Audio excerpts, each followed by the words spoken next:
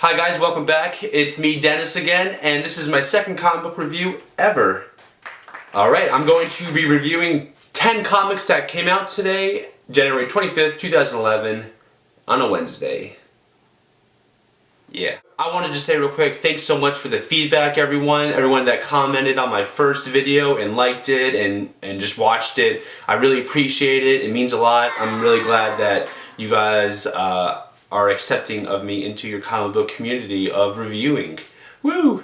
Let's just get started. Alright, my first review today is going to be The Flash. Oh man, he runs fast. Issue number 5. Alright, The Flash number 5, written by Francis Manapul and also drawn by him as well, and co-written by Brian Buccellato. This is the end of the first arc, I would say, for the new Flash series. What I really like about the series altogether is the way that Barry Allen is still figuring out his how his powers work as he's going along in this story. Francis Manapul definitely knows how to write the Flash, and he for sure can draw it. This is definitely some very pretty art in this book. I mean, I'm just going to show you this real quick.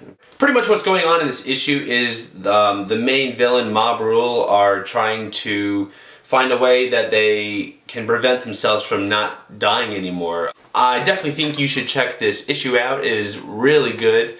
It ends, like I said, the very first story arc, and I definitely give this issue of The Flash, number 5, a buy. Just buy it. Alright, the next book I will be reviewing is Green Lantern New Guardians, issue 5. Wow, so colorful! It is written by Tony Bedard. You get a little bit more character development in this issue. You get a lot. The last issues we got a little bit with St. Walker and Acrylo. The yellow and the Sinestro Corps Lantern. In this issue we get a little bit with Glomulus, the Orange Lantern, and also with Monk from the Indigo Tribe. It's a really good issue. It explains a lot with these characters, and they are starting to come together as a team. And it is filled with space adventures, and that's always cool. So it's a buy.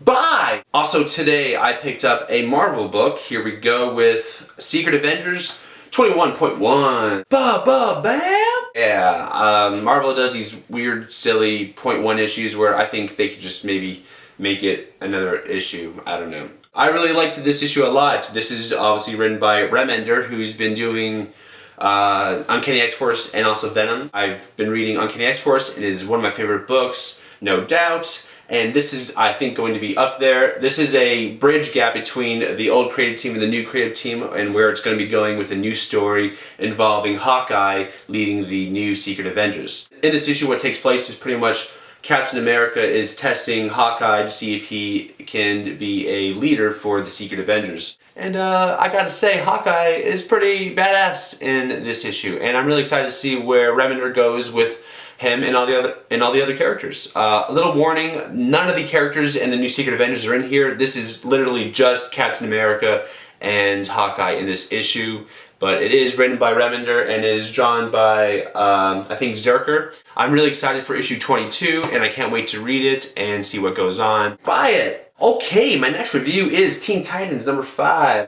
Woo! Written by Scott Lobdell. I wasn't very keen on the new characters they have in here. I do like it a lot. I do wish that it was more Robin, Kid Flash, Aqualad, and Wonder Girl, the original team of Teen Titans. What's happening in this issue is the Teen Titans are fighting Superboy because he is threatening to murder Wonder Girl. Kid Flash runs in real quick thinking he can just save the day without any plan, and that backfires, of course. But you get to see each character kind of go up against Superboy. I'm definitely excited for the next issue. I hope that they do kind of wrap up this first arc and they get Superboy on the team finally. I don't want them fighting Superboy for like 8 issues. I want to see the full-on Teen Titans team, and I want to see them take on their first big baddie, which I'm guessing is going to just be Nowhere. So I really like this issue, and I definitely give it a buy. What? Buy it! Alright, up next, I'm going to do my favorite book of the week, and I'm sure you can all guess it. It is Aquaman, issue 5. Just get it! I'm so excited for this book.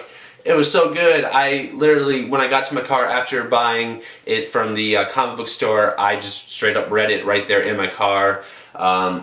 and it was so good. The issue starts off with Aquaman falling out of the sky into the desert, and throughout the issue you get some backstory of how he came to that happening, and you kind of find out a little bit about Atlantis and how it was not accidentally sunk, it was sunk on purpose by someone. This issue is really funny, just the thought of it, of Aquaman being stuck in the desert. He is definitely a fish out of water. Here's a little 2-page spread that I showed in the preview, so this isn't really giving anything away. It was pretty much a one-shot story, and it's going to lead directly into issue number 6, where that's a one-shot with Mera, focusing on Mera, and that's going to be drawn by Joe Prado for that issue. But Ivan Reis draws this issue still, and he still does an amazing job. Pick of the week.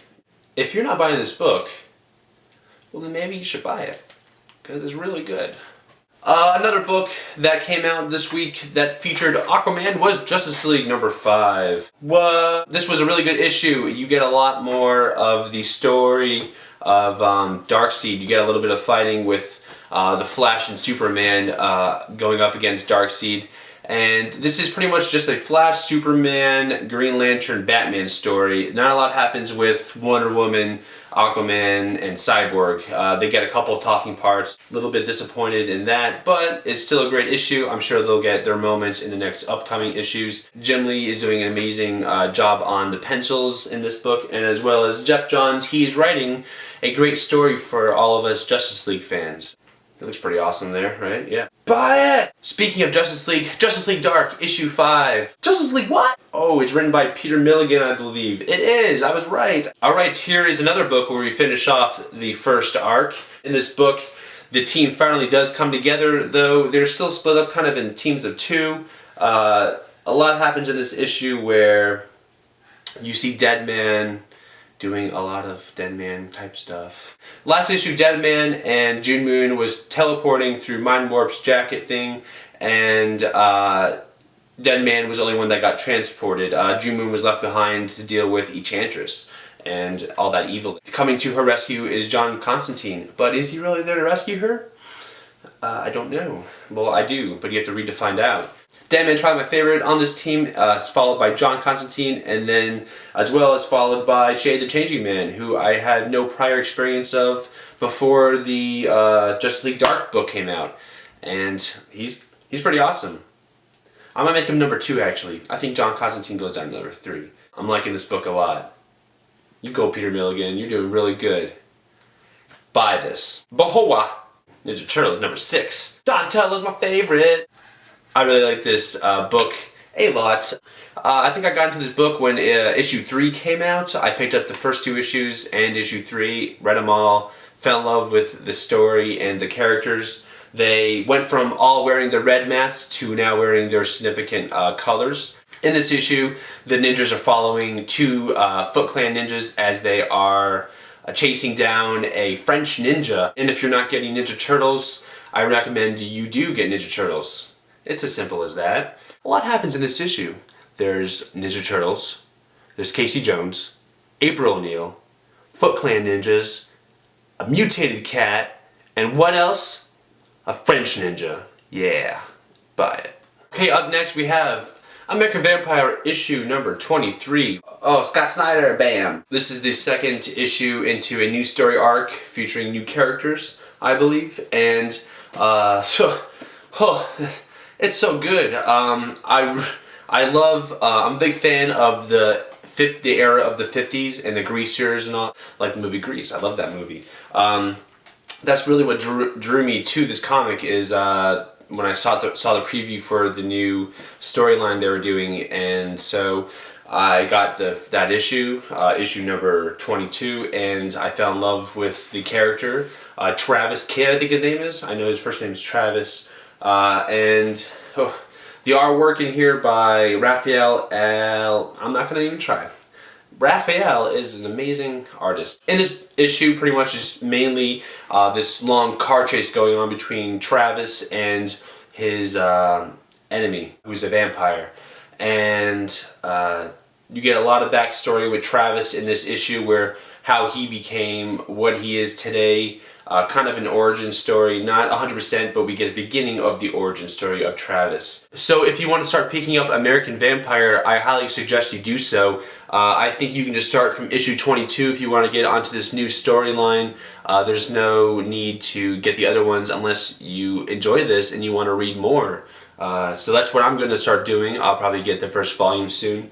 And but I'm definitely enjoying this book a lot, and I definitely give this a buy.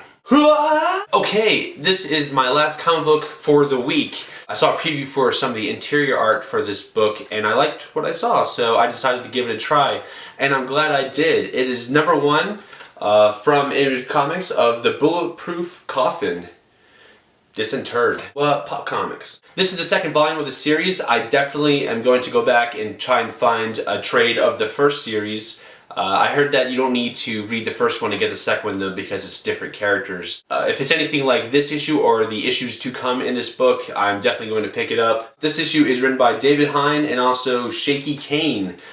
He does the artwork, Shaky Kane. That is pretty much what drew me to this book, is this pop comic kind of vibe that it is kind of coming from this book. I love the really vibrant colors coming off the page, and this is the cover right here. The book itself is a lot like this. This book has some male and female nudity.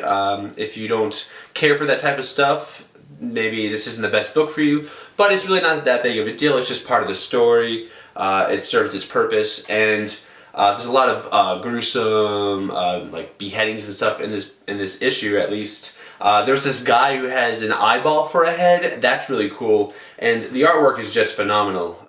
Here's some artwork from the book right here. This is one of the pages. I'm trying not to give a lot away, but there's the guy with the eyeball head. That's pretty cool, right? Yeah. This issue is pretty much serves as a introduction to a character called the Shield. It is an origin story for the Shield. In the back here we have a cool little second cover instead of an advertisement for Lady Justice, and they drive around in the Shield mobile. It's very goofy. It's very fun. It's also mature content, like I said, but it is definitely a fun read. It is a 6-issue series, and I can't wait for issue 2 to come out. Once again, by Image Comics, and I give this a buy. Oh, just buy it. Alright guys, well that was my second review for comics ever in the world of history of Dennis Doucette reviewing comic books. I'm glad you guys are here watching me. Once again, thank you for all the wonderful feedback I had on my first video. I'm going to keep doing these. It's a lot of fun to do. So once again, if you have any questions or any comments, just let me know in the comments section underneath me right here. And thanks again.